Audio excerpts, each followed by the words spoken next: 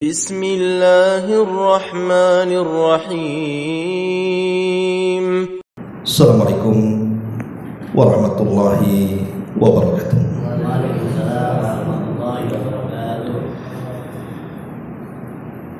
Alhamdulillah,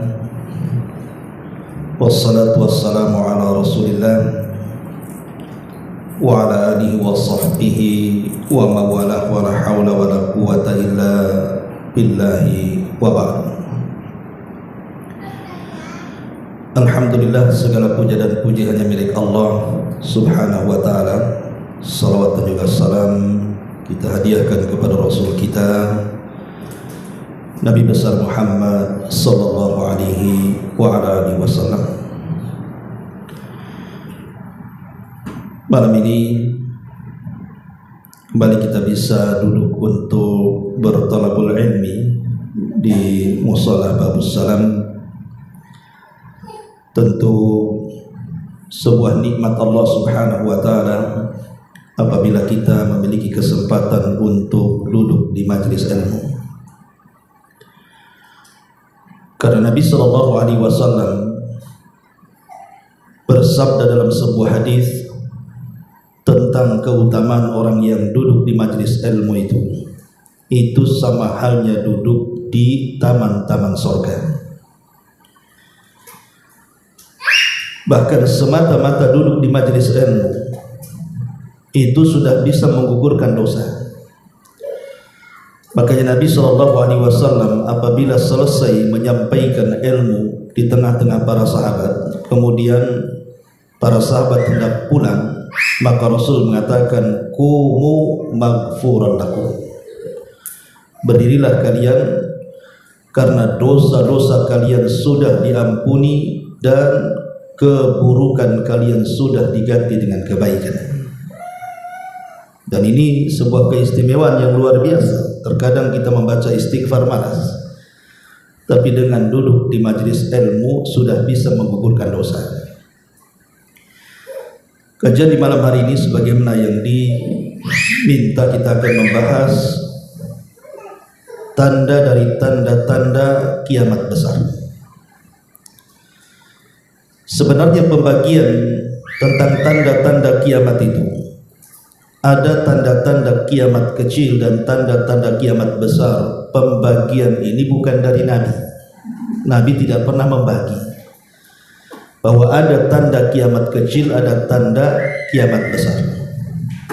Biasanya kalau Nabi SAW bersabda tentang tanda-tanda kiamat, Rasul hanya menyebutkan bahwa ini adalah tanda-tanda kiamat. Lalu kenapa muncul ada pembagian? Sehingga ada namanya tanda-tanda kiamat kecil dan ada tanda-tanda kiamat besar. Lah yang membagi ini tanda kiamat kecil dan besar itu hanyalah para ulama. Kenapa para ulama membagi? Untuk memudahkan belajar, supaya ketika kita mempelajari tanda-tanda kiamat ini mudah kita pelajari dengan adanya rincian-rincian ulama itu. Ma'asyiral muslimin yang dimuliakan Allah subhanahu wa ta'ala, lah di antara tanda-tanda kiamat besar adalah munculnya satu makhluk yang disebut dengan Ya'juj wa Ma'juj. Siapa Ya'juj dan Ma'juj? Sejak kapan Ya'juj dan Ma'juj ini ada? Kemudian di mana mereka sekarang? Dan kapan keluar? Dan kalau seandainya keluar, apa yang dilakukannya? Dan bagaimana kematiannya? Inilah yang kita akan bahas 1 jam ke depan. Mudah-mudahan kita bisa mengambil ibrah, pelajaran dari kisah Ya'juj dan Ma'juj, karena kisah ini satu di antara qasasul Quran, kisah-kisah Al-Quran. Ma'asyiral muslimin yang dimuliakan Allah azza wa jalla, kalau kita mengkisahkan kisah Ya'juj dan Ma'juj itu tidak lepas daripada satu kisah seorang raja yang namanya disebut dalam Al-Quran. Raja tersebut disebut Dzulqarnain. Pokoknya kalau kisah Ya'juj itu tidak lepas dari kisah Dzulqarnain. Al-Imam Ibnu Katsir rahimahullahu ta'ala menukilkan riwayat dari Imam Mujahid, seorang ahli tafsir. Apa kata Imam Mujahid? Malikul ardi masyriqaha wa maghribaha arba'atu nafarin. Bahwa ada penguasa-penguasa dunia, maksudnya penguasa yang sebagian dunia dikuasainya. Itu ada 4 raja, 4 penguasa.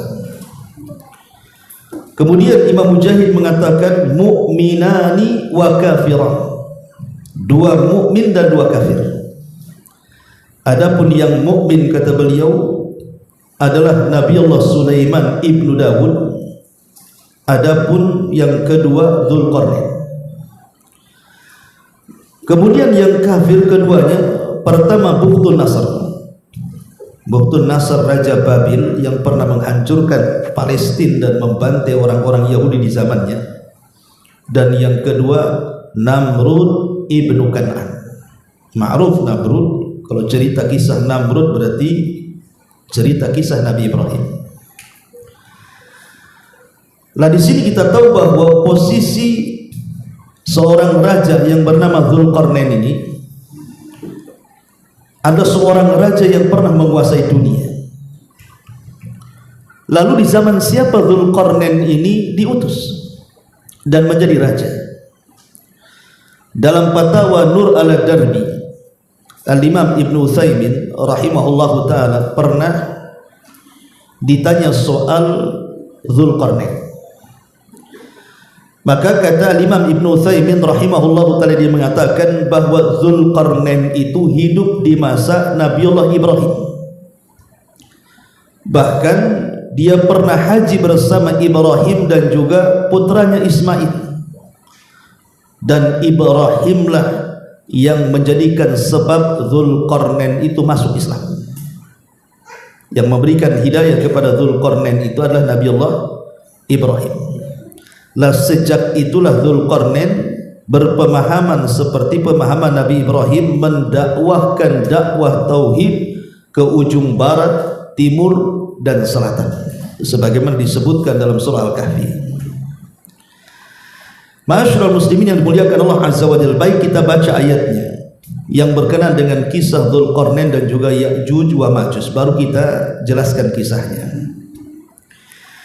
Disebutkan dalam surah Al-Kahfi, tepatnya ayat ke-83 sampai 98. Allah Subhanahu wa taala berfirman, yas'alunaka an dzil qarnaini qul sa'atlu 'alaikum minhu dzikra inna makkanna lahu fil ardi wa atainahu min kulli syai'in sababa fa'atba'a sababa hatta idza balagha maghrib asy-syamsi wajadaha taghrubu fi 'ainin hamiyatin wa wajada 'indaha qauman qulna ya dzal qarnain imma an tu'adziba wa imma an tattakhidha fihim husna qala amma man zalama fasawfa nu'adzibuhu thumma yuraddu ila rabbih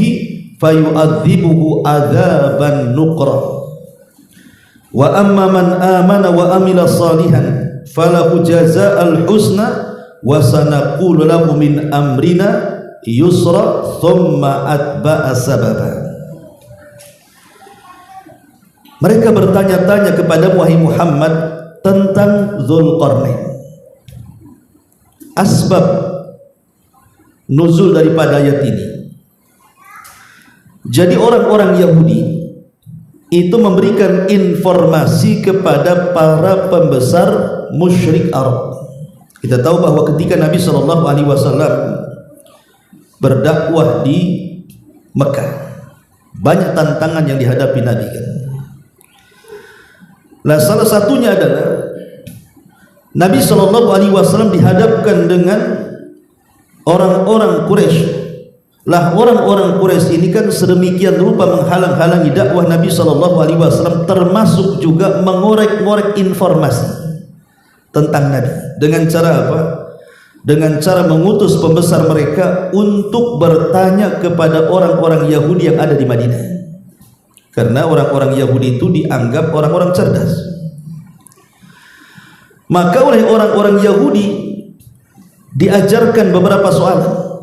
Coba tanya kepada orang yang ngaku Nabi di Mekah itu, maksudnya Rasul, tentang 3 soalan. Kalau dia sanggup menjawab, berarti dia seorang Nabi. Tapi kalau dia tidak bisa menjawab, dustakan kenabiannya. 3 soalan itu: pertama, tanyakan kepada dia tentang sekelompok anak muda yang terjerembab dalam sebuah gua yang kisahnya sangat menakjubkan. Ceritakan mereka. Kemudian yang kedua, soal raja yang berkeliling dunia ke arah timur dan barat, yang mengajak manusia kepada tauhid, bagaimana kabarnya? Kemudian yang ketiga, tanya kepada dia soal apa itu ruh. Kemudian orang-orang Yahudi pun memberikan kunci jawabannya kepada para pembesar musyrik Arab ini. Pulanglah para pembesar Quraisy ini ke Mekah. Kemudian menemui Nabi SAW. Kemudian mereka menjanjikan kepada Rasul, kalau bisa menjawab 3 soalan berarti engkau Nabi dan kami akan beriman, katanya. Tapi kalau engkau tidak bisa menjawab, berarti engkau bukan seorang Nabi dan kami akan mendustakan kenabian. Saking senangnya Rasul, kalau bisa menjawab 3 soalan itu, mereka akan beriman. Nabi pun mengatakan, baik, saya akan jawab pertanyaan kalian. Dan Rasul lupa mengucapkan insya Allah. Harusnya Rasul mengucapkan insya Allah. Kemudian soalan-soalan tadi diberikan kepada Nabi SAW. Kata Rasul, baik, besok jawabannya. Maksudnya besok jawabannya karena Nabi SAW tidak mungkin menjawab kecuali dengan wahyu. Tak mungkin Rasul asal jawab. Ketika keesokan harinya Rasul tidak dapat jawaban karena Jibril tidak turun. Itulah bahayanya orang kalau tidak mengucapkan insya Allah tuh. Nabi saja bisa bermasalah tuh. Makanya kita kalau menjanjikan sesuatu itu katakan insya Allah, jangan iya atau tidak. Karena namanya sebuah peristiwa itu tidak lepas dari kehendak Allah. Hari kedua Jibril pun tidak turun sampai hari ke-14. Jibril juga tidak turun. Maka orang-orang Quraisy ini makin yakin bahwa dia adalah nabi palsu. Kalau dia seorang nabi kan punya jawaban. Maka sesaklah dada Nabi SAW. Maka tepat di hari ke-15 Jibril baru turun memberitahu jawabannya. Kemudian Nabi SAW senang, akhirnya Rasul pun menghadap orang-orang musyrik yang bertanya kepadanya. Dari sinilah turun surah Al-Kahfi di sini. Kemudian Allah katakan, wa yas'alunaka an dzil qarnaini. Mereka bertanya-tanya kepada Muhammad tentang siapa Dzulqarnain itu. Katakanlah wahai Muhammad, aku akan bacakan kepadamu cerita tentang Dzulqarnain. Sesungguhnya kami telah memberi kekuasaan kepadanya di muka bumi ini, dan kami telah memberikan kepadanya jalan-jalan untuk mencapai segala keinginannya. Maka dia pun menempuh satu jalan hingga apabila dia telah sampai ke tempat terbenam matahari. Berarti terbenam matahari ke arah mana? Ke arah barat. Perjalanan pertama Dzulqarnain itu ke arah barat. Ingat, satu-satunya raja yang jarang duduk di singgasana itu Dzulqarnain. Sampai menurut riwayat Abdullah ibn Abbas radhiyallahu anhu, jadi Dzulqarnain itu melakukan perjalanan dakwah ke barat sampai ke timur sampai ke utara itu selama 500 tahun lamanya. Karena kan umat dulu kan panjang-panjang tuh usianya ya, jadi selama itu Dzulqarnain meninggalkan singgasananya dan membawa pasukannya ke barat, timur dan selatan hanya untuk mendakwahkan tauhid. Kemudian Allah Subhanahu wa taala lanjutkan firman-Nya, hingga apabila dia telah sampai ke tempat terbenam matahari, dia melihat matahari terbenam dalam laut yang berlumpur hitam, dan dia mendapati satu kelompok. Kami berkata, hai Dzulqarnain, kamu boleh menyiksa atau boleh berbuat baik terhadap mereka. Maka Dzulqarnain mengatakan, adapun orang-orang yang aniaya, maka kami kelak akan mengazabnya, kemudian dia akan kembali kepada Tuhannya, lalu Tuhannya akan mengazabnya dengan azab yang sangat pedih. Adapun orang-orang yang beriman dan beramal saleh, maka baginya pahala yang terbaik sebagai balasan, dan kami akan titahkan kepadanya perintah yang mudah dari perintah-perintah kami. Jadi Dzulqarnain ini raja bijaksana, namun di sisi lain dia tegas. Jadi kalau dia mendapatkan sebuah kaum, mereka dipaksa untuk beriman. Kalau mereka mau beriman, maka Dzulqarnain pun akan memperbaiki kaum tersebut. Jadi akan diletakkan orang-orang hebat di kampung tersebut untuk membangun kampung tersebut. Tapi kalau mereka menolak, maka Dzulqarnain tidak segan-segan untuk mengazab mereka. Memang seperti itu Raja Dzulqarnain, keras sekali. Tetapi bagaimanapun tidak lain dan bukan dia dalam rangka mentauhidkan Allah Subhanahu wa taala dan berdakwah supaya orang-orang itu bertauhid kepada Allah Azza wa Jalla. Ini perjalanan yang pertama. Perjalanan yang kedua, Allah Subhanahu wa taala mengatakan, hatta idza balagha matla'is syamsi, hatta idza balagha matla'as syamsi wajadaha tatlu'a ala qaumin lam naj'al lahum min duniha syitra kadzalika qad ahatna bima ladaihi khubra thumma atba'a sababa. Kemudian dia menempuh jalan yang lain, maksudnya jalan ke arah timur, hingga apabila dia telah sampai ke tempat terbitnya matahari sebelah timur, dia mendapati matahari itu menyinari sekelompok umat yang kami tidak menjadikan bagi mereka sesuatu yang melindungi mereka dari cahaya matahari. Demikianlah, dan sesungguhnya ilmu kami meliputi segala apa yang ada padanya. Jadi arah yang kedua Dzulqarnain ke arah barat, rupanya di arah barat, arah timur, rupanya di arah sebelah timur Dzulqarnain mendapatkan kaum yang kita sebut dengan kaum primitif.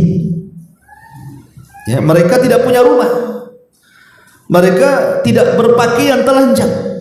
Lah Dzulqarnain pun mendakwahkan mereka. Tapi kita tidak akan mengkisahkan dua perjalanan Dzulqarnain ke barat dan ke timur. Yang kita akan kisahkan ini perjalanan terakhir. Ya. Ma'asyiral muslimin yang dimuliakan Allah Subhanahu wa taala. Kemudian Allah Subhanahu wa taala melanjutkan firman-Nya, hatta idza balagha baina saddaini wajada min dunihima qauman la yakaduna yafqahuna qawla. Maka setelah Dzulqarnain berjalan ke arah barat kemudian ke arah timur, maka Dzulqarnain pun berjalan ke arah yang lainnya, entah ke arah selatan atau ke utara, yang jelas bukan barat dan timur lagi. Kemudian tiba-tiba Dzulqarnain sampai di antara dua saddain. Disebutkan kemudian beliau menempuh satu jalan yang lainnya hingga apabila dia telah sampai di antara dua buah gunung besar, maka dia mendapati di hadapan kedua bukit itu satu kaum yang hampir tidak bisa dimengerti pembicaraannya. Disinilah dimulai kisah Ya'juj dan Ma'juj. Jadi Dzulqarnain ini ketika mengarah ke arah lain yang jelas bukan barat dan timur, tiba-tiba Dzulqarnain dihadapkan dengan sebuah kaum yang berada di antara dua bukit yang sangat tinggi. Kaum ini tidak bisa diajak bicara. Bukan tidak bisa bicara, Dzulqarnain tidak paham bahasanya. Sampai-sampai dijelaskan oleh Imam Ibnu Katsir rahimahullahu taala, Dzulqarnain ini baru paham apa yang mereka keluhkan itu setelah kemudian menggunakan 10 penerjemah. Bayangkan 10 penerjemah ini dari satu bahasa ke bahasa yang lainnya, dari bahasa yang lainnya ke bahasa yang lainnya, ke bahasa yang lainnya, sampai 10 bahasa. Baru Dzulqarnain paham. Mungkin kalau istilah kita ini, ya, pertama bahasa Padang, kemudian ke bahasa Jawa, kemudian ke bahasa Alor gitu, kemudian ke bahasa Sunda, kemudian ke bahasa-bahasa yang lain sampai 10 bahasa. Setelah 10 bahasa baru paham, oh, rupanya kalian ini begini dan begitu. Bayangkan bagaimana Dzulqarnain itu susah payah untuk memahami bahasa orang itu.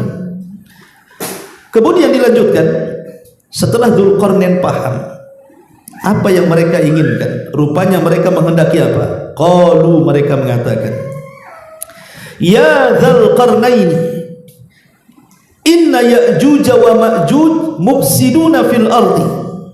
Wahai Dzulqarnain, kami ini selalu diserang oleh dua suku, dua kabilah yang sangat jahat, yang suka merusak bumi, Ya'juj dan Ma'juj. Kemudian mereka mengatakan kepada Dzulqarnain, fahal naj'alu laka kharjan ala an taj'ala bainana wa bainahum sadda. Mereka mengatakan, ya Dzulqarnain, bisa enggak kami akan memberikan bayaran kepadamu, upah yang sangat besar, supaya kamu membuat dinding untuk kami dan mereka, supaya kami tidak diganggu lagi. Maka Dzulqarnain pun mengatakan di hadapan mereka, qala ma makkanni fihi rabbi khairun fa'inuna bi quwwatin aj'al bainakum wa bainakum radma. Kata Dzulqarnain, tidak perlu, aku tidak perlu upah kalian. Apa yang sudah Allah berikan kepadaku dari kekuasaan, dari kekayaan, dari pasukan, dari nikmat Allah yang banyak, ini lebih baik dibandingkan bayaran kalian. Tenang saja, saya akan jadikan untuk kalian benteng penghalang kalian dengan Ya'juj dan Ma'juj, katanya. Tetapi syaratnya, kata Dzulqarnain, apa kata dia? Atuni zubural hadid hatta idza sawa bainas sadafaini ila akhiril ayat. Kemudian kata Dzulqarnain, yang jelas bantulah aku, kata Dzulqarnain, agar kalian menyiapkan besi-besi tembaga. Maksudnya Dzulqarnain meminta kepada mereka itu menyiapkan besi-besi tembaga itu. Maksudnya Dzulqarnain ingin membuat benteng betul-betul dari besi tembaga yang kokoh, supaya Ya'juj dan Ma'juj tidak bisa naik memanjat dan tidak bisa melobangi. Dan subhanallah, disinilah terjadi perselisihan para ulama tentang kehebatan Dzulqarnain membuat benteng sehingga Ya'juj dan Ma'juj tidak bisa menghancurkannya. Ini kan sebuah mukjizat namanya. Makanya kemudian para ulama berselisih pendapat tentang siapa Dzulqarnain ini. Apakah dia seorang nabi ataukah dia bukan seorang nabi? Kalau memang dia seorang nabi, berarti mukjizatnya mampu membuat benteng yang tidak bisa dijebol sampai kiamat. Baru Allah izinkan benteng itu dijebol setelah mendekati kiamat, kan? Kalau dia seorang nabi. Kalau dia bukan seorang nabi, berarti itu bentuknya karamah. Karena ada sebuah riwayat, Nabi SAW pernah ditanya soal Dzulqarnain ini. Maka Nabi SAW mengatakan, saya tidak tahu. Kata Nabi SAW, ma adri Dzulqarnaini anabiyan am kana la. Saya tidak tahu, kata Rasul, apakah Dzulqarnain seorang nabi atau bukan. Makanya kemudian para ulama seperti Al-Imam Ibnu Utsaimin dan yang lainnya mengatakan bahwa Dzulqarnain itu bukan seorang nabi, tapi dia rajulun saleh. Dia adalah orang yang saleh, seorang penguasa yang saleh yang diberikan oleh Allah Subhanahu wa taala karamah yang banyak. Salah satunya adalah mampu membuat benteng yang tidak bisa dihancurkan siapapun sampai hari ini. Ya. Ma'asyiral muslimin yang dimuliakan Allah Azza wa Jalla. Lah, Dari sini kita tahu bahwa disinilah dimulai kisahnya Ya'juj dan Ma'juj dan berada di balik benteng yang pernah dibuat oleh Dzulqarnain. Lalu siapa Dzulqarnain ini? Ada yang mengatakan bahwa Dzulqarnain adalah Al-Iskandariyah Al-Makdun katanya. Kalau antum lihat di Google tentang kisah Iskandariyah Al-Makdun yang pernah menguasai bukan hanya Persia, Romawi ini ditaklukkan dia. Cina dan India di masanya ditaklukkan dia. Bayangkan, India, Cina, Persia, Romawi, luar biasa Iskandariyah Al-Makdun ini. Seolah-olah menguasai dunia kan. Sehingga sebagian orang menganggap jangan-jangan Dzulqarnain ini adalah Iskandariyah Al-Makdun yang ada di Mesir itu. Tapi ulama mengatakan bukan Dzulqarnain sendiri, Iskandariyah sendiri. Alasannya satu, masa kekuasaan. Iskandariyah ini berkuasa sebelum Isa bin Maryam, 300 tahun sebelum Isa bin Maryam. Adapun Dzulqarnain itu hidup di masa Ibrahim, nggak ketemu, 2000 tahun lebih lewat gitu ya. Secara zaman juga tidak ketemu. Kemudian yang kedua, Dzulqarnain ini seorang muslim, sementara Iskandariyah Al-Makdun ini seorang kafir. Dialah yang kemudian memiliki wazir menteri namanya Aristoteles, pencetus apa? Filosof Yunan, yang kemudian melahirkan banyak murid filosof seperti Plato yang semacamnya itu. Ya. Orang kafir dia. Dzulqarnain bukan orang kafir, Dzulqarnain orang Islam, muslim. Kemudian juga dari segi tempat, Aristoteles Al-Iskandariyah Al-Makdun ini dia turunan Mesir. Adapun Dzulqarnain ini turunan Arab. Jadi dari sisi manapun tidak bisa kita katakan bahwa Dzulqarnain itu adalah Iskandariyah Al-Makdun. Itu beda orang. Dzulqarnain sendiri, Iskandariyah sendiri. Ma'asyiral muslimin yang dimuliakan Allah Subhanahu wa taala. Baik. Kita tidak akan membahas panjang lebar tentang Dzulqarnain. Kita fokus dengan kisah Ya'juj wa Ma'juj saja. Tapi bagaimanapun, kenapa saya singgung kisah Dzulqarnain sedikit, karena akan menyambung kisahnya nanti. Jadi di antara tanda-tanda kiamat besar memang terjadi silang pendapat ikhwan, mana duluan dan mana belakangan. Karena hadis-hadis tentang urutan kiamat besar itu kan banyak. Ada yang asap dulu, ada yang dajjal dulu, macam-macam lah. Sehingga kita tidak bisa memastikan urutan tentang tanda-tanda kiamat besar. Tapi saya mengambil pendapat yang dikuatkan oleh Al-Imam At-Tayyibi, yang dinukilkan oleh Al-Hafidz Ibnu Hajar rahimahullahu ta'ala, bahwa tanda-tanda kiamat besar itu dimulai dari keluarnya Dajjal. Dan ingat bahwa fitnah Dajjal ini murni fitnah agama. Jadi Dajjal ini dikeluarkan hanya untuk memfitnah agama. Dan fitnah agama itu fitnah terbesar dalam hidup. Makanya kenapa Nabi SAW sampai berdoa meminta kepada Allah Subhanahu wa ta'ala, la taj'al musibatana fi dinina. Ya Allah, jangan kau jadikan musibah kami menimpa agama kami. Karena kalau musibah dunia paling tinggi kematian ya, tapi kalau musibah agama ini bisa sampai masuk neraka. Bukan hanya mati di dunia, diazab pula di neraka. Lah Dajjal itu dikeluarkan untuk memfitnah agama. Orang dibuatnya murtad, kemudian disuruh menyembah dirinya. Dajjal ini kan awalnya ngaku nabi, kemudian belakangan ngaku Tuhan. Lah ketika Dajjal keluar, banyak manusia yang terfitnah oleh Dajjal. Maka Allah Subhanahu wa ta'ala hendak menghentikan fitnah Dajjal dengan cara apa? Menurunkan Isa bin Maryam. Kenapa Imam Mahdi dengan pasukannya tidak sanggup membunuh Dajjal? Karena Rasul yang mengatakan Dajjal itu tidak bisa dibunuh kecuali oleh seorang nabi.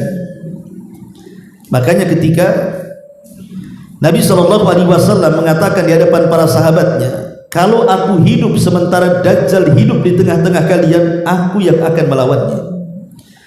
Yang jadi masalah adalah ketika aku sudah mati, Dajjal pula ada di tengah kalian, maka masing-masing kalian akan menghadapinya dan kalian tidak akan sanggup menghadapinya. Makanya kemudian hikmahnya Isa bin Maryam, kenapa sampai hari ini belum mati? Satu-satunya nabi yang disisakan Allah dan tidak meninggal sampai hari ini adalah Isa bin Maryam.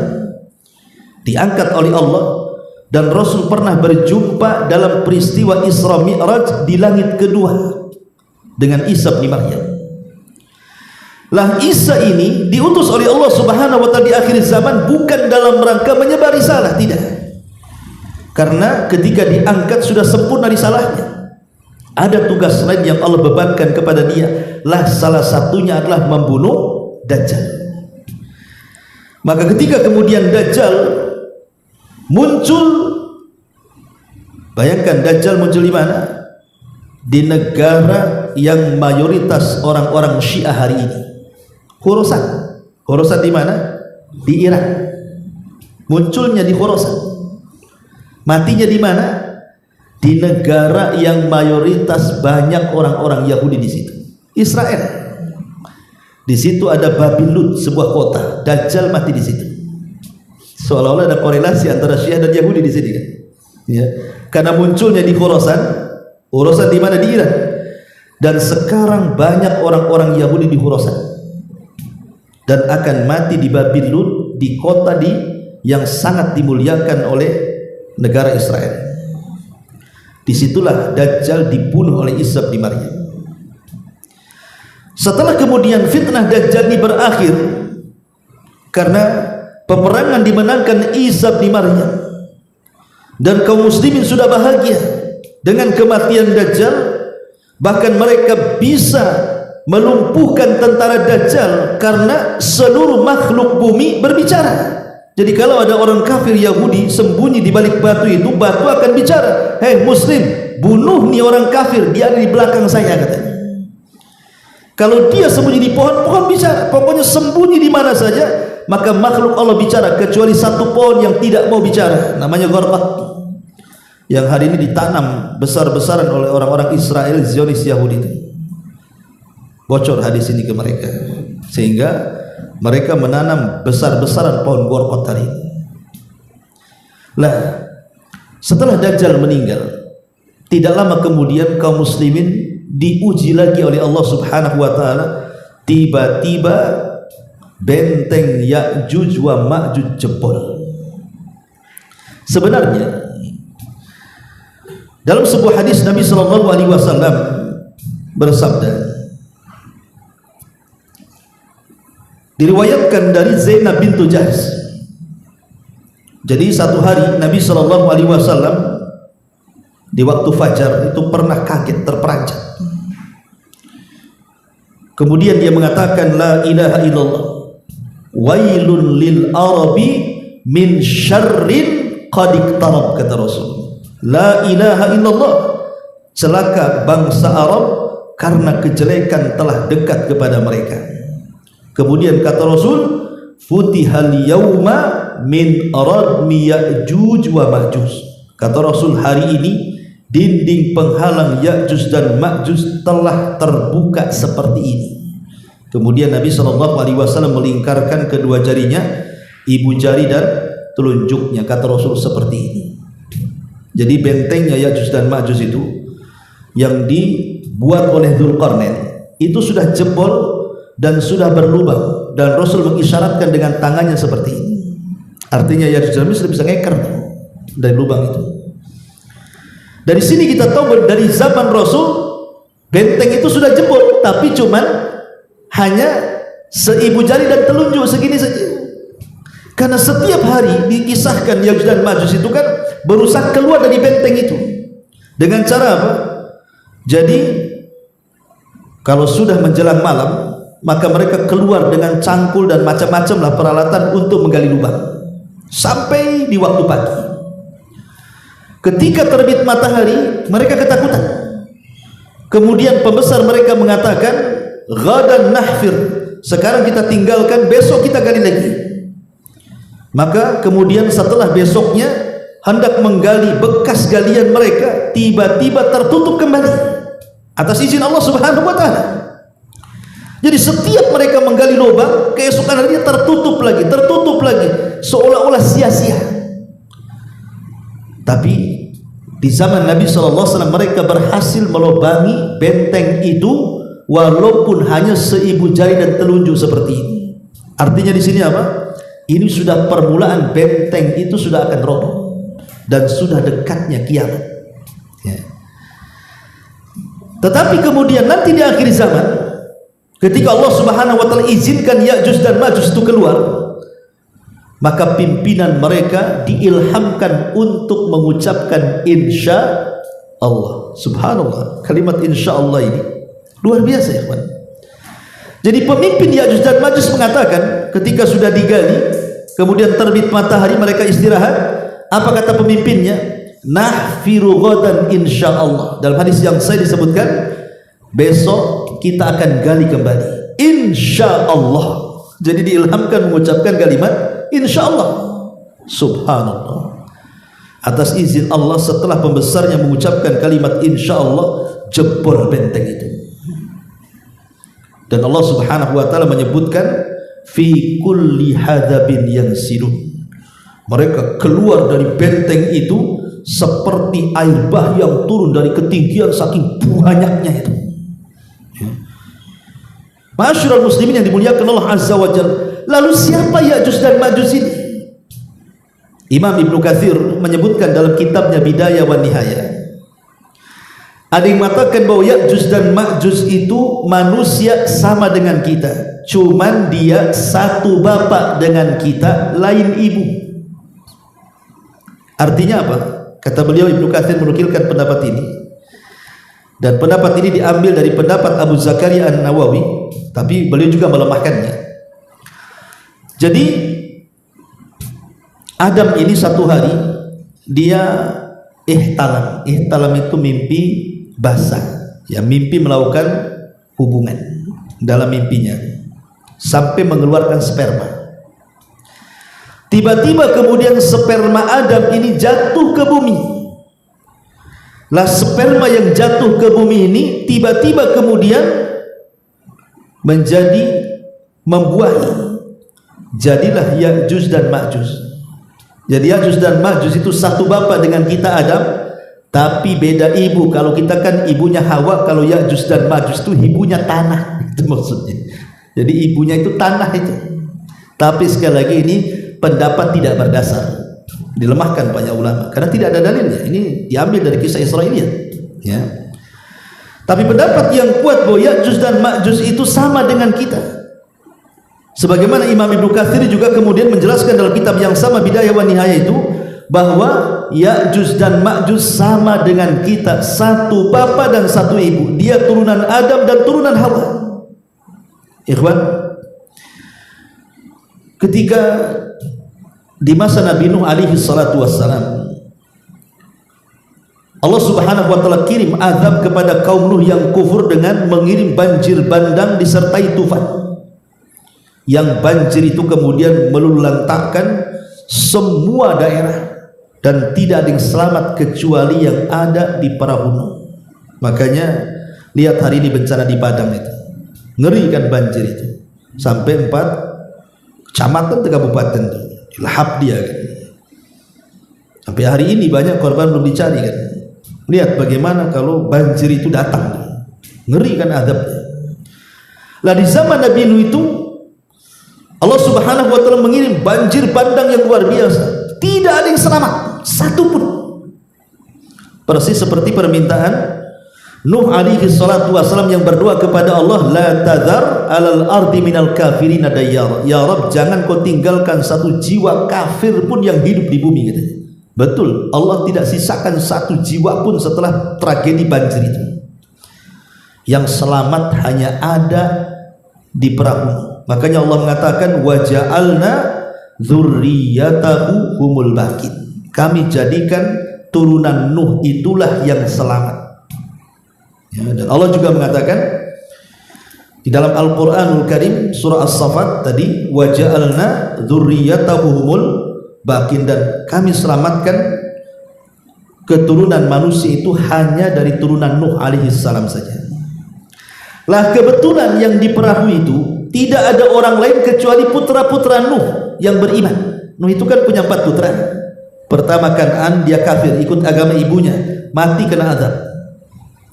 Bahkan ketika mau ditolong oleh Nuh juga nggak mau, dia lebih baik naik ke gunung, tapi juga tidak tertolong, tenggelam juga dia. Sehingga yang selamat cuma 3, Ham, Syam, dan Yafis. Inilah 3 putra Nuh ini yang melahirkan manusia sejak zaman itu sampai hari ini, bahkan sampai kiamat dibangkitkan. Semua manusia hari ini, mau di barat, mau di timur, mau di utara, mau di selatan, mau di benua manapun, itu turunan dari 3 orang itu. Mungkin nasabnya kembali kepada Syam, mungkin nasabnya kembali kepada Ham, mungkin nasabnya kembali kepada Yafis. Cuma 3 ini saja. Lah Syam ini disebut Abul Arab, maka orang-orang Arab itu nasabnya sampai ke Syam, putra.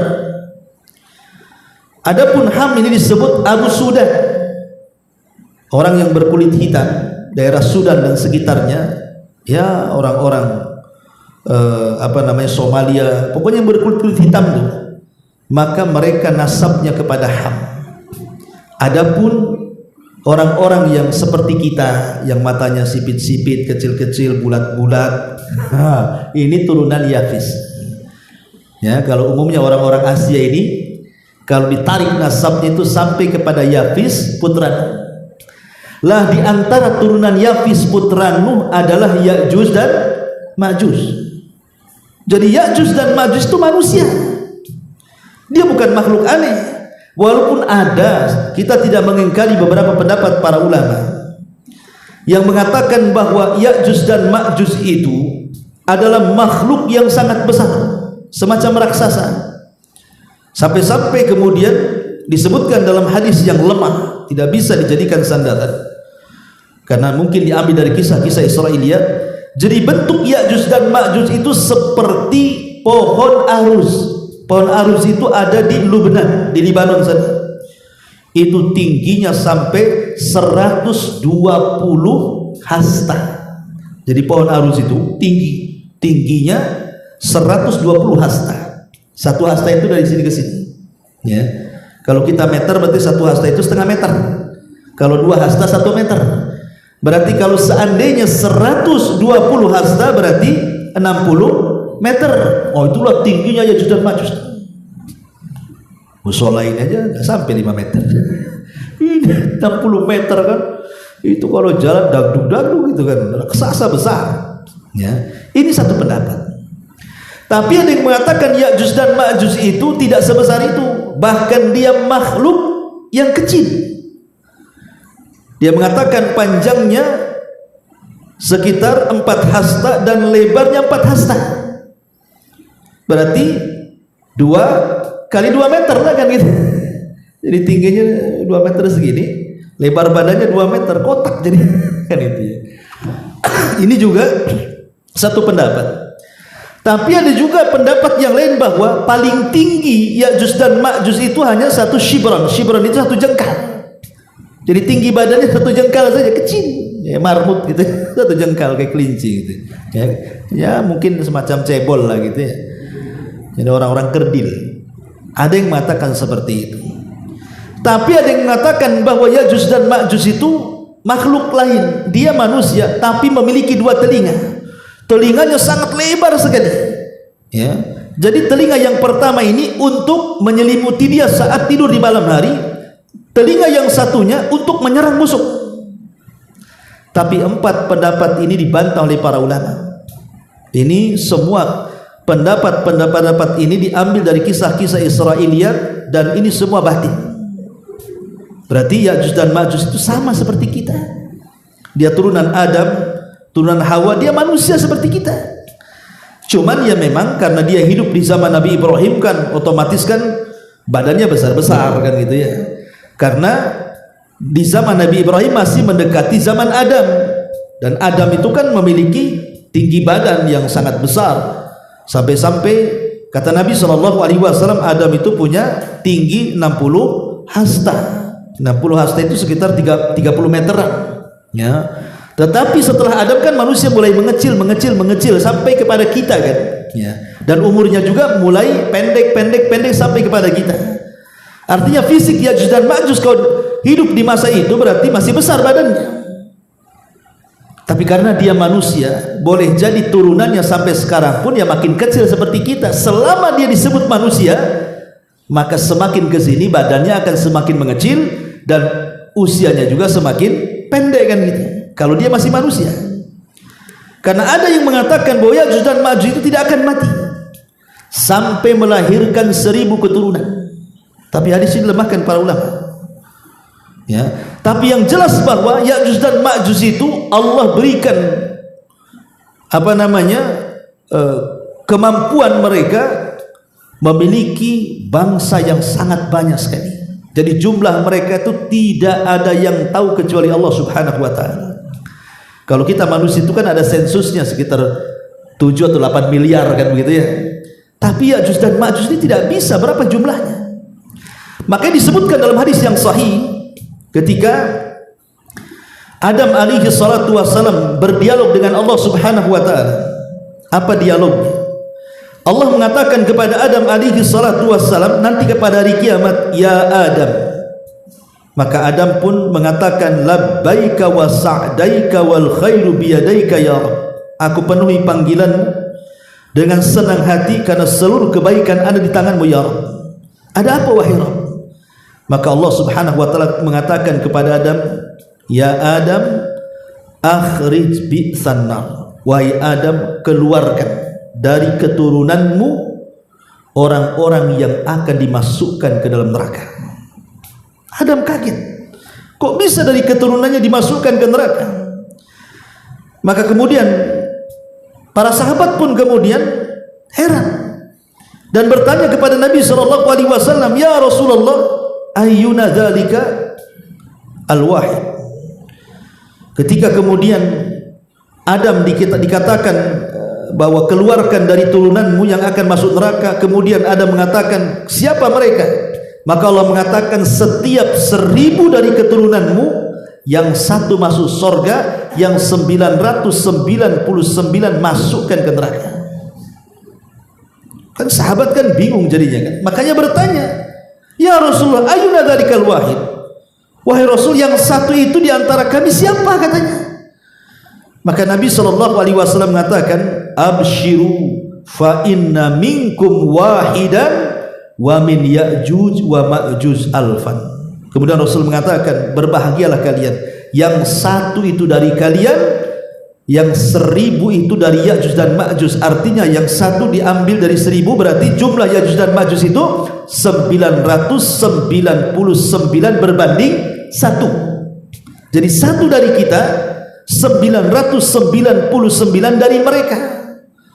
Kalau 10 dari kita, ya kalikan saja 999 kali 10, berarti jumlah mereka itu jauh lebih banyak dibandingkan jumlah kita maksudnya. Makanya Rasul sampai mengatakan, kalian sangka jihad sudah terputus? Tidak, kata Rasul. Jihad itu tetap ada sampai kalian mendapatkan sebuah kaum yang tidak bisa kalian perangi dan tidak bisa kalian bunuh. Apa maksudnya?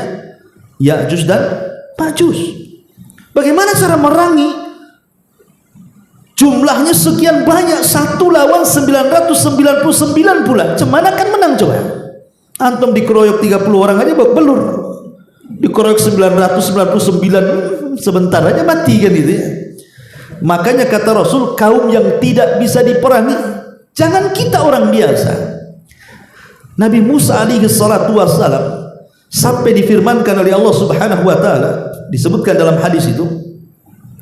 Apa kata hadis yang sahih yang dikeluarkan oleh Nawas ibn Sam'an radhiyallahu anhu? Idza hauhallahu ila Isa, ketika Allah mewahyukan kepada Isa bin Maryam di akhir zaman, inni qad akhrajtu ibadan li la yadani li ahadin bi qitalihim. Sesungguhnya aku telah mengeluarkan hamba-hambaku, tidak ada seorang pun dari mereka yang sanggup mengalahkannya. Maksudnya Ya'juj dan Ma'juj. Faharriz ibadi ila tur. selamatkan hamba-hambaku wahai Isa, sembunyi di Bukit Tur. Coba bayangkan, Isa saja yang bisa membunuh Dajjal tidak sanggup memerangi Ya'juj dan Ma'juj. Disuruh sembunyi di Bukit Tur. Kenapa ke arah bukit? Karena Ya'juj dan Ma'juj mereka trauma untuk naik ke atas bukit. Trauma dengan apa? Dengan penjara yang pernah dibuat oleh Dzulqarnain. Mereka tidak akan naik. Makanya disuruh sembunyi di ketinggian. Lah Ya'juj dan Ma'juj berusaha kemudian mengepung mereka, tapi mereka tidak naik. Mereka trauma untuk naik gunung.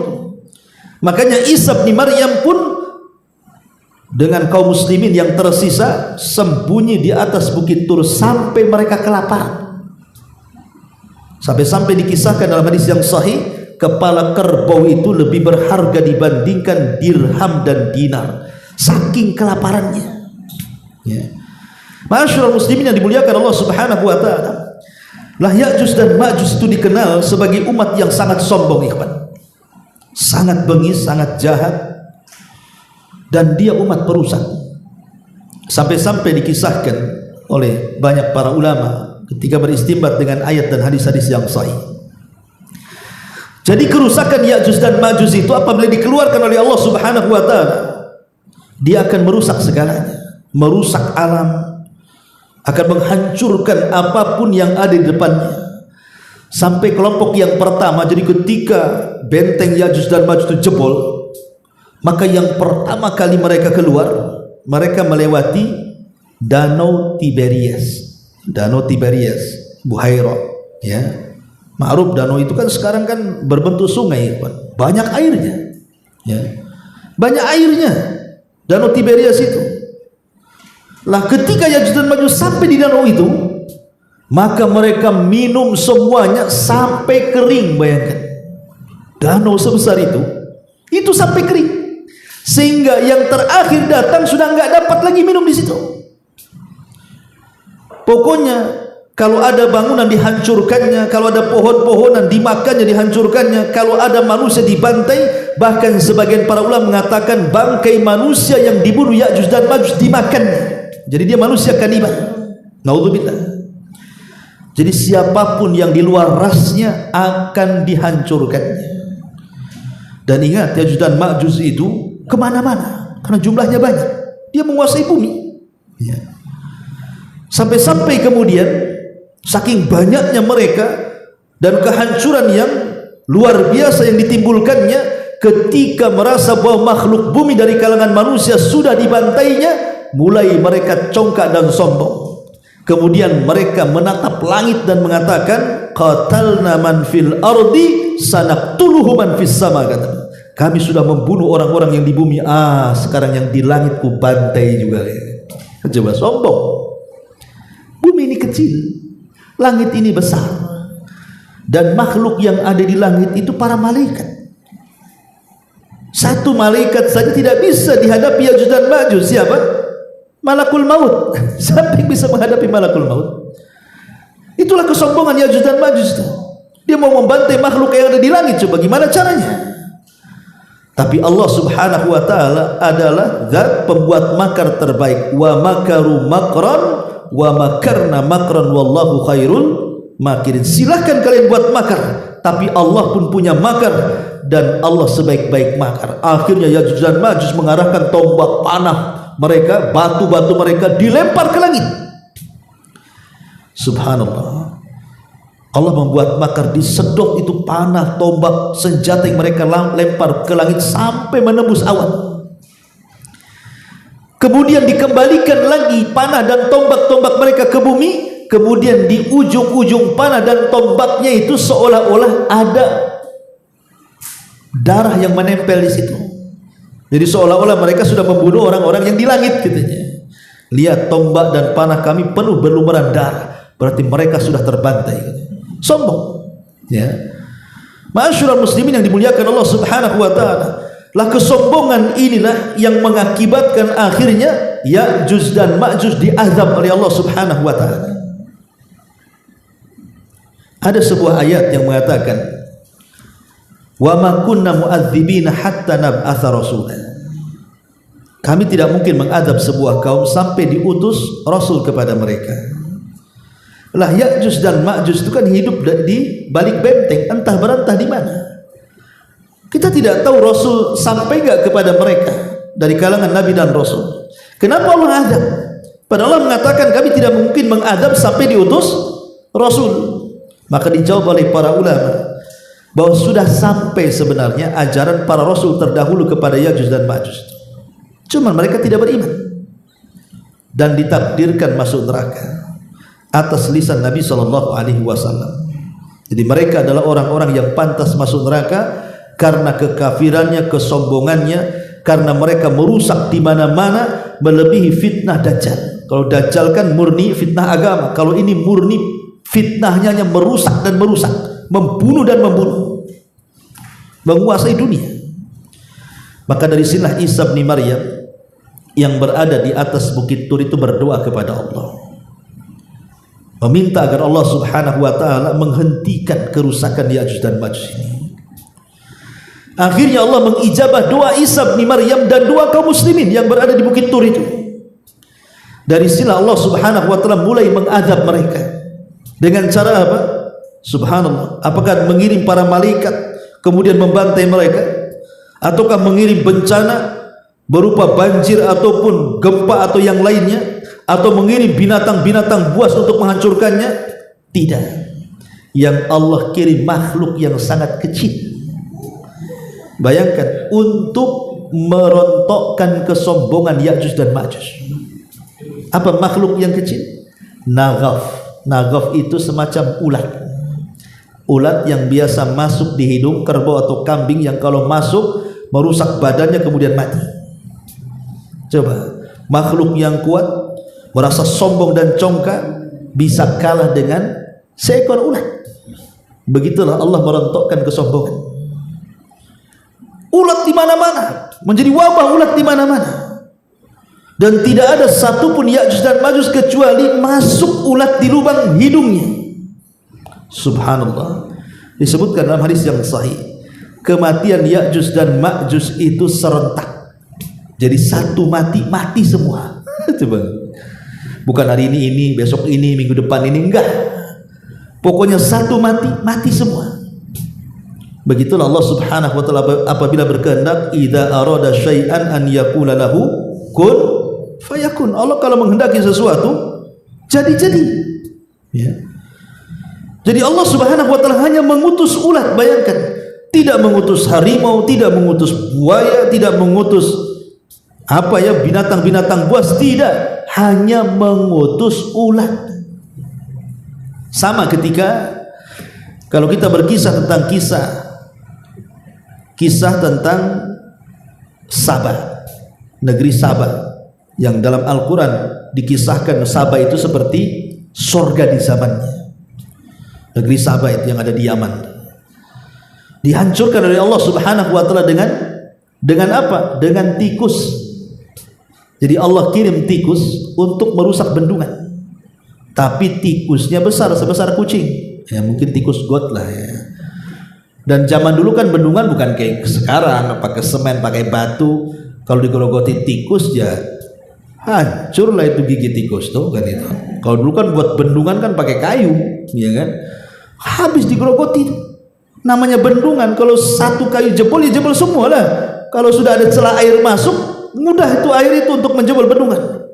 Jebol bendungan Satma'rib itu. Akhirnya melantakkan negeri Sabah, coba bayangkan. Karena kesombongannya Allah kirim tikus. Sama dengan Raja Abraha yang hendak menyerang Ka'bah kan. Allah kirim apa? Burung laut yang disebut dengan ababil. Entah dari mana datangnya tuh. Ya. Tiba-tiba menghancurkan Abraha kan. Begitulah Allah Subhanahu wa taala kalau berkehendak hendak menghancurkan kesombongan dari makhluk-makhluk yang congkak itu, tinggal mengirim tentara-tentaranya. Dan tentara Allah ini semua makhluk bisa dijadikan tentaranya. Ya. Maka Ya'juj dan Ma'juj mati dibunuh oleh ulat naghaf. Yang namanya makhluk ataupun Ya'juj dan Ma'juj kan jumlahnya banyak, ikhwan. Ya setiap satu jengkal ada bangkainya lah kan gitu. Bandingannya 1:999. Apa nggak di mana-mana tuh bangkainya tuh? Sampai-sampai dijelaskan dalam hadis yang sahih bagaimana bersyukurnya para binatang itu dengan kematian Ya'juj dan Ma'juj itu. Kenapa? Karena binatang-binatang khususnya pemakan bangkai itu mereka senang bersyukur kepada Allah dapat makanan banyak kan begitu ya. Sampai binatang-binatang ya pokoknya pemakan bangkai lah, harimau, macan, hyena atau apa atau burung, senang mereka bersyukur kepada Allah, banyak makanan mereka sampai gemuk-gemuk. Tapi karena Isa bin Maryam khawatir ini akan menjadi wabah di mana-mana, maka dia berdoa kepada Allah supaya Allah membuang bangkainya. Maka dikirimkan dalam hadis yang sahih burung sebesar unta, kemudian mengambil jasad itu, semua jasad Ya'juj dan Ma'juj yang ada di permukaan bumi daratan itu, entah dibuang ke mana, ke lautan mana, sampai betul-betul bersih. Ya namanya yang membuang burung ya sebersih-bersihnya membuang bangkai masih ada sisanya lah, tidak mungkin gak ada sisanya, entah darahnya, entah kotorannya, entah apanya, kan masih ada sisanya kan. Makanya Isa berdoa kembali agar Allah membersihkan bumi dengan sebesar-besarnya, dengan sebersih-bersihnya, diturunkanlah hujan yang sangat besar, kemudian banjir di mana-mana. Lah banjir inilah yang membawa sisa-sisa bangkainya Ya'juj dan Ma'juj sampai bumi betul-betul steril. Dari situlah Allah Subhanahu wa taala jadikan bumi itu subur dan makmur, seolah-olah seperti awal diciptakannya. Sampai-sampai dijelaskan pohon delima itu buahnya ya, itu cangkangnya kalau dibelah 10 orang bisa masuk ke dalam cangkangnya. Sebagian besarnya buah satu buah. Jadi satu buah itu kalau dibelah 10 orang lo bisa masuk ke dalam cangkangnya.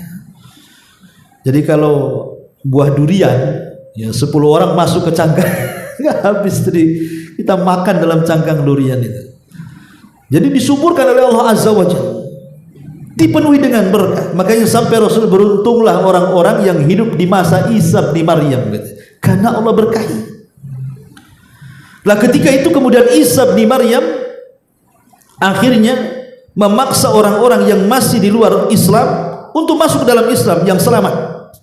Kalau tidak maka dibunuh, dipaksa untuk masuk Islam.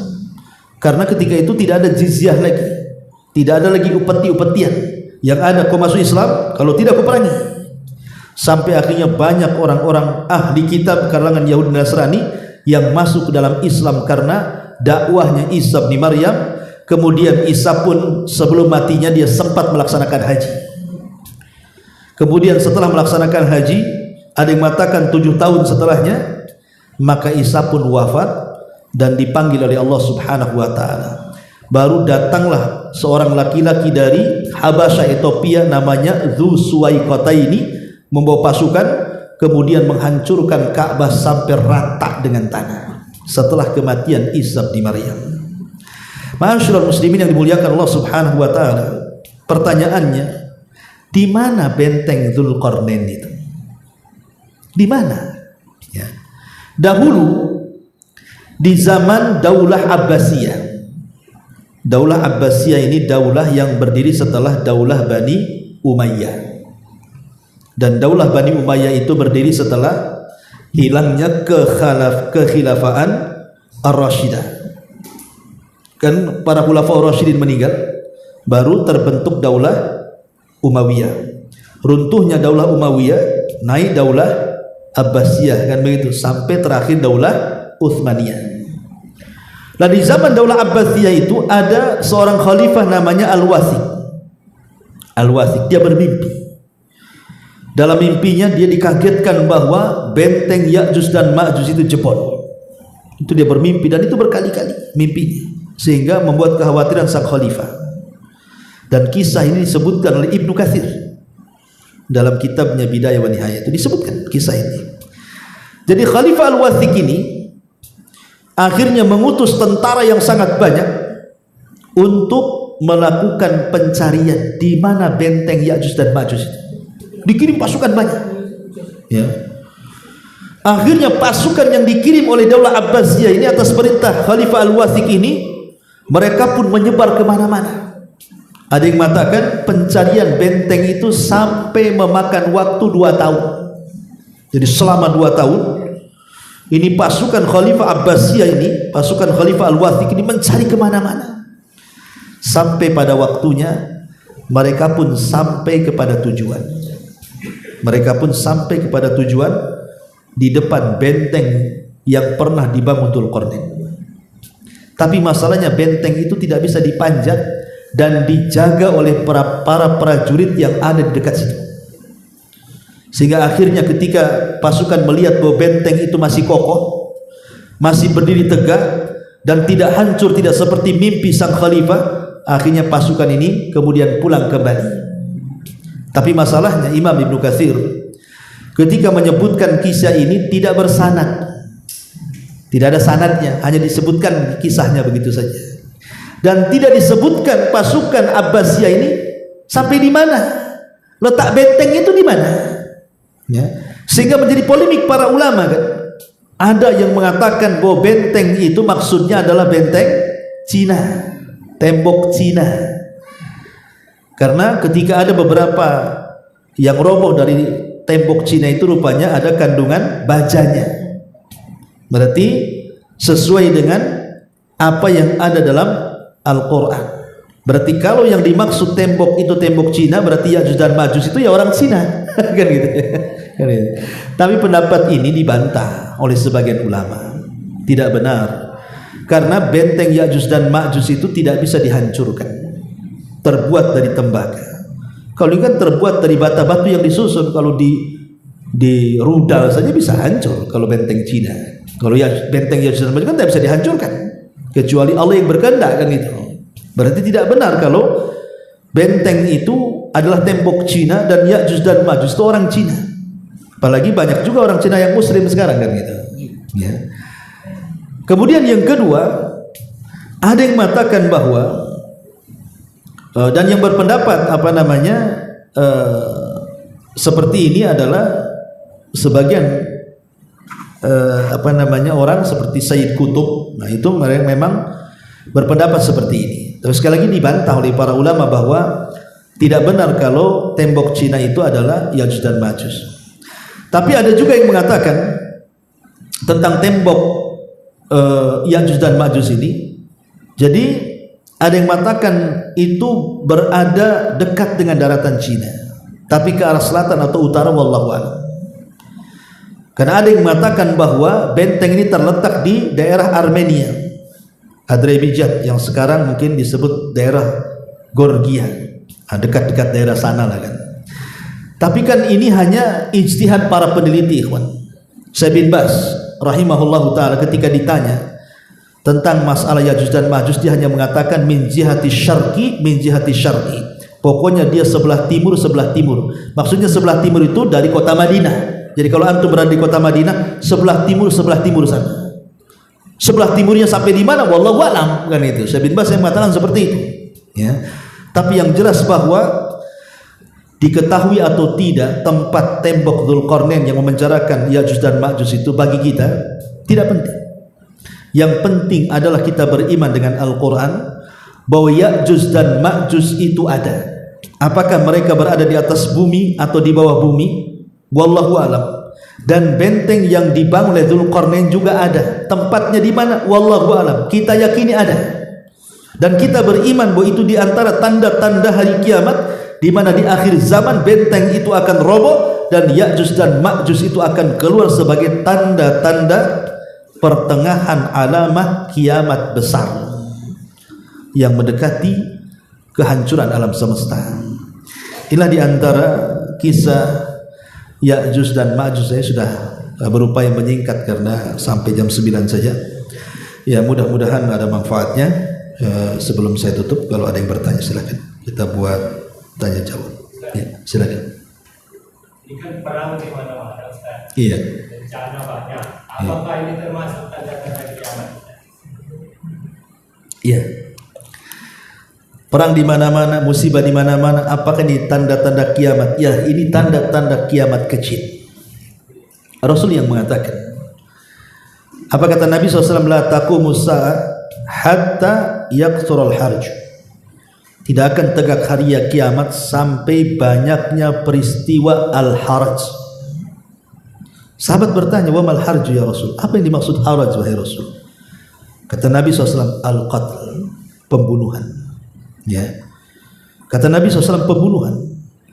Dan dalam hadis yang lain, sampai pembunuhan ini, la yadri al-qatil fima qatal wal maqtulu fima qutil.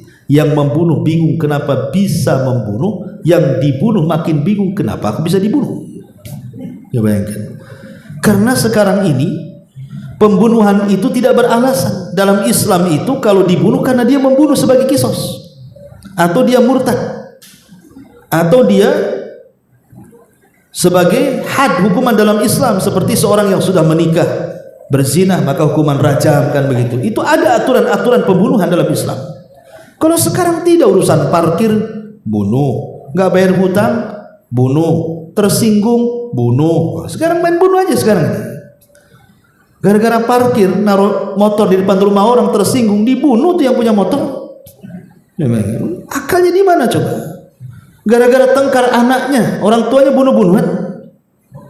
Gara-gara warisan sampai anak membunuh orang tuanya, orang tua membunuh anaknya, anak membunuh saudaranya. Masya Allah, di zaman sekarang sampai kita lihat coba YouTube hari-hari kita lihat berita pembunuhan itu aneh-aneh dan sadis-sadis. Dimutilasi, dimasukkan ke koper, ya kan? Dimasukkan ke kresek, dimasukkan ke karung, dicemplungkan ke kali.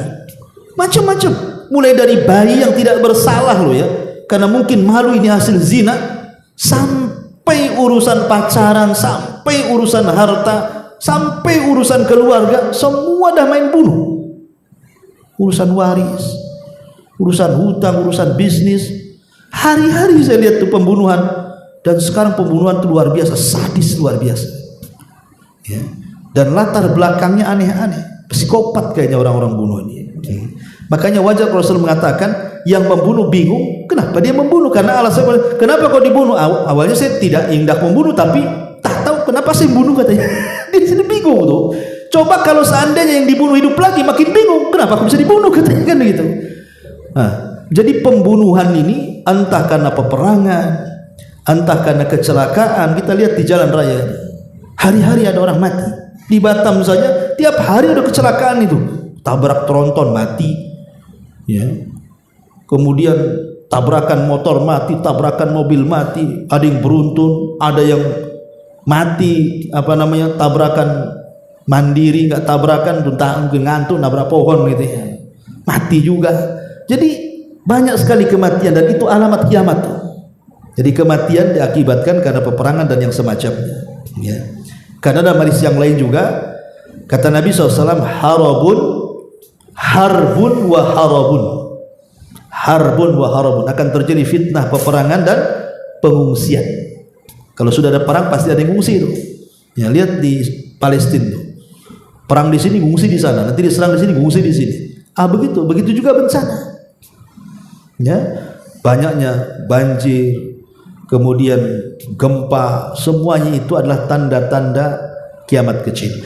Tapi ingat ikhwan, tanda-tanda kiamat kecil itu berbeda dengan tanda-tanda kiamat besar.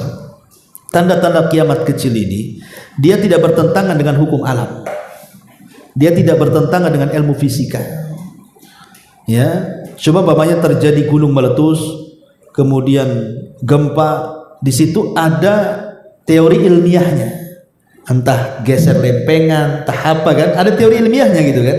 Jadi tanda-tanda kiamat kecil itu tidak bertentangan dengan ilmu fisika dan alam.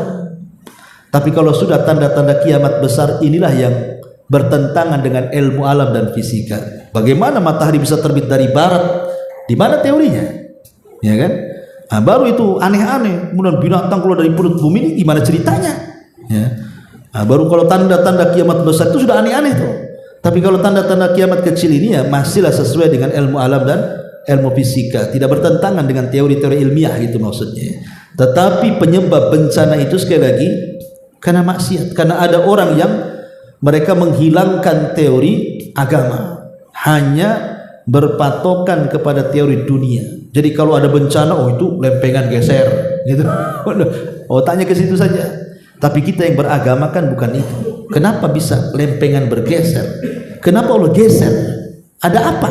Nah itu kalau kita kan orang beriman kan bertanya. Dan Allah mengatakan, ma asaba min musibatin illa fabima kasabat aydikum wa ya'fu an katsir. Tidaklah musibah yang menimpa kecuali karena ulah tangan kita. Jadi kalau ada musibah di mana-mana pasti di situ ada maksiat. Makanya Umar sampai mengatakan ketika terjadi gempa di Madinah, apa kata Umar? Kalau sampai gempa datang 2 kali, aku tidak mau satu atap dengan kalian. Pasti kan ada yang bermaksiat, kata Umar. Bayangkan Umar sampai ngomong begitu. Ya. Jadi intinya bahwa itu semua adalah tanda-tanda kiamat, tapi itu tanda-tanda kiamat kecil, bukan tanda-tanda kiamat besar. Wallahu a'lam. Ya, saya kira cukup, mudah-mudahan ada manfaatnya. Subhanakallahumma bihamdika asyhadu an la ilaha illa anta astaghfiruka wa atubu ilaik. Allahu ta'ala alam. Assalamualaikum warahmatullahi wabarakatuh.